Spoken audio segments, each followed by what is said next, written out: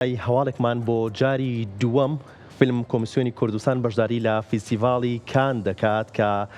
فیستیڤاڵی کان لە هەفتە و نوێمین خۆلی خۆیدا کە سبەی دەست پێ دەکات بە چاودێری و بەشداری بە ڕزق و باتاڵەبانی جێگری سەرۆکی حکوومەتی هەرێمی کوردستان و لە هەمان کاتدا هونەرمەندان فیلمسازانی هەرێمی کوردستان لە فیستیڤاڵی نێودەوڵەتی کان بەشدار دەبن. باڤ یاسین سەرۆکی کۆمیسیۆنی فیلمی کوردی لە کان لە لێدوانێکی تایبەت بۆ کورسات و تایبەت بە کورسات مەگەزین ڕایگەیاندووە کە لە فیستیڤاڵی ئەم ساڵدا بە ڕزق و باتاڵەبانی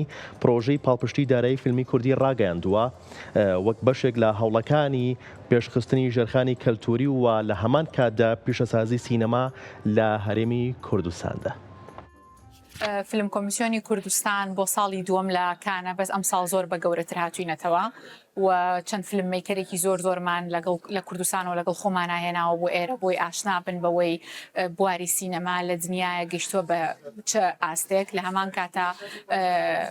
جەنابی کاقوبات لێرەیە دوێنێ بە شێوەیەکی فەرمی ئیعلانی فیلم فەندی کوردستانی کرد کە یەکەم فیلم فەندە لە